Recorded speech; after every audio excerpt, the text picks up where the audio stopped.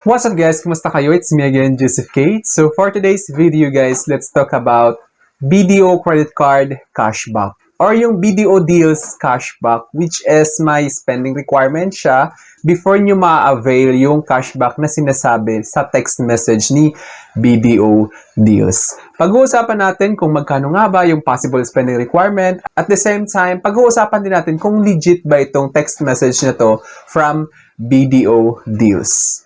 Pero bago yun, nais muna kitang imbitahan na mag-subscribe sa YouTube channel ko kung bago ka pa lang kasi marami pa akong isi-share ng mga tutorials, knowledge, and experience of mine in the future. Kaya naman huwag niyong kalimutan mag-subscribe para updated kayo lagi sa mga vlogs na i-upload ko.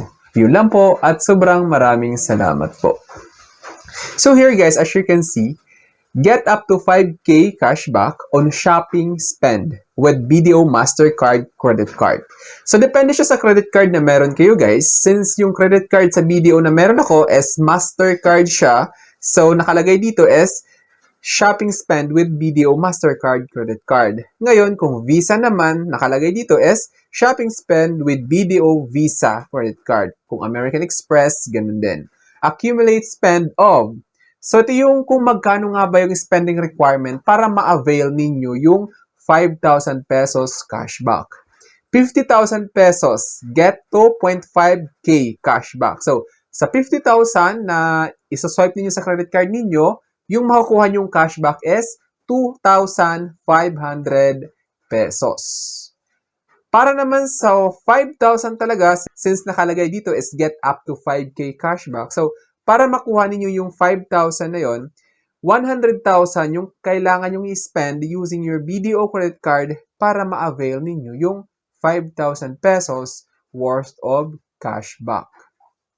Then yeah, let's talk about the transaction or terms and conditions. Kasi hindi lang siya basta ganon. Of course, it's a promo, so it comes with terms and conditions. Ngayon, yung terms and conditions niya is minimum spend of 2,000 pesos per transaction on retail and department stores. So, ibig sabihin guys, bago kayo maka-receive or bago ma-qualify yung spending na yon, since nakalagay dito is accumulate. So, pag sinabing accumulate, naipon. So, para masali yung sinwipe ninyo, kailangan hindi siya bababa sa 2,000 pesos. Kasi kung below 2,000 pesos, hindi qualify yun. So, baka isipin mo, tinotal mo lahat yung expenses mo, sinama mo doon yung 200 pesos lang, 300, hindi po kasali yun. Kailangan per transaction is 2,000 pesos. Enroll using promo ID. So may promo ID siya guys. So regarding enrolling promo ID, gagawan ko na lang ulit ng panibagong vlog yon. So i-check ninyo yung YouTube channel ko, hanapin ninyo yung enrolling BDO deals promo ID.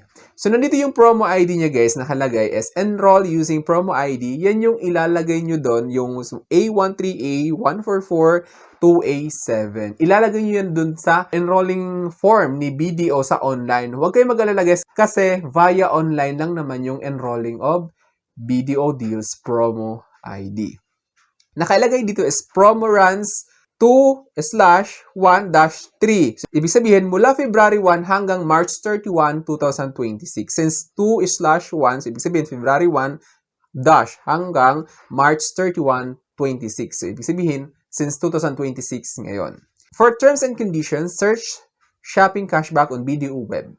So, kung gusto nyo malaman lahat ng mechanics, andun sa BDO website. Makikita nyo doon, isa-search nyo lang yung sinabi dito is shopping cashback on BDO. Tapos ito pa, may up to 7,500 pesos na cashback. Hi Joseph, last chance to get up to 7,500 cashback. Keep using your BDO credit card anywhere. So, depende siya guys. Minsan, may spending requirement na anywhere. Tapos, pag sinabing anywhere, kahit saan, mapa-online man yan, mapa-buy load, anything. Tapos, meron namang terms and conditions na may designated place lang kayo na kung saan doon lang kayo pwede mag-spend para ma-qualify kayo to earn cashback. Like for example, sa online shopping. So ito kung magkano nga ba yung spending requirement para maka-avail kayo ng 7,500 pesos cashback sa BDO credit card ninyo. Para sa 7,500, kailangan nyo mag-spend ng 250,000. So, make sure lang guys, nakakayanin nyo babayaran yung 250,000 na yun. Kasi mahirap na rin. Then, para naman sa 100,000, yung makukuha nyong cashback is 2,500 pesos. Then, kung 40,000 lang yung kinaya nyong i-spend, yung makukuha nyong cashback is 1,000 pesos. Enroll promo ID A13A1442A7. So, tulad ng sabi ko kanina, kailangan yung i-enroll yung promo ID para ma-qualify kayo for that promo. For terms and conditions, visit BDO web and search holiday spend anywhere. So as you can see guys, ito, BDO credit card cashback is a rewards feature where cardholders earn a percentage of their spending back as rebates. Either as a standard card, benefit, or through targeted promotions. Tulad ng sabi ko, yung mga kanina na binasa ko from BDO deals is promotion siya.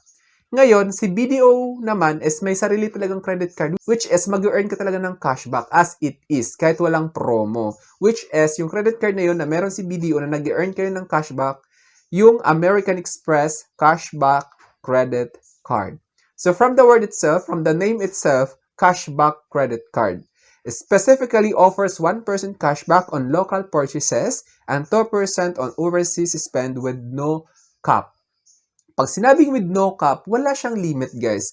Like, for example, nag-spend kayo ng million. So, yung 1% ng 2 million, yun yung ma-earn yung cashback. Wala siyang limit kahit magkano yung i-spend ninyo. Since itong credit card na meron si BDO, which is yung American Express Cashback Credit Card, is good for cashback talaga siya.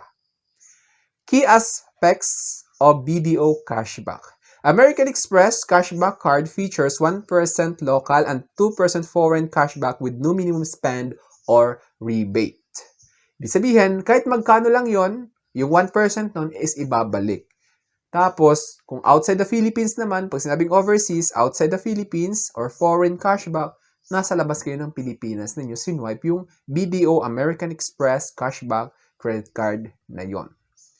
Promotional cashback. BDO frequently runs promos such as up to 5,000 pesos for Visa, MasterCard shopping or up to 10,000 pesos for new card holders hitting specific spending, typically requiring enrollment. So ito yung sinabi ko kanina na pinapadala ni BDO Deals, ino-offer kung magkano yung kailangan yung gastusin para ma-qualify kayo for that promo. Up to 10,000 pesos, depende siya guys sa spending requirement. Then eligibility generally requires a minimum cumulative spend in specific categories. Example is department stores, retail, or online. So minsan, nagkakaroon siya ng requires minimum cumulative spend sa isang specific categories. Like for example, department stores. Ibig sabihin, hindi siya pwede sa mga drugstore, ganyan. Birthday special offer. So ito guys, maganda to pag nag-birthday kayo. Tulad nito, specific cards like BDO Shopmore Mastercard. Na-avail ko tong 500 pesos na to guys during my birthday. So itong birthday special offers is exclusive lang siya for BDO Shopmore Mastercard credit card holders. Enrolled in BDO's targeted promos, example shopping, online spend, to get higher cashback percentage on specific retail categories. So, kailangan yung i-enroll yun, guys, yung sinasabi kong promo ID para ma-bilang or ma-credit yung spending ninyo na yun sa promo na yun para ma-earn nyo yung cashback. Cashback is usually credited back to the account after meeting the required spending criteria within a specified limited period. So, wait nyo lang, guys, kasi syempre, pag na-validate yun ni BDO, saka pa lang yun i-credit sa credit card account ninyo. Which is, magre-reflect doon is parang nagbayad kayo. Mababawasan yung outstanding balance ninyo sa BDO credit card ninyo. So, I think that's all for now. So, sana may na-share ko. Don't forget to subscribe for more videos. It's me again, Joseph Kate, that says, we don't have cash because we go for cashless transactions. Bye-bye!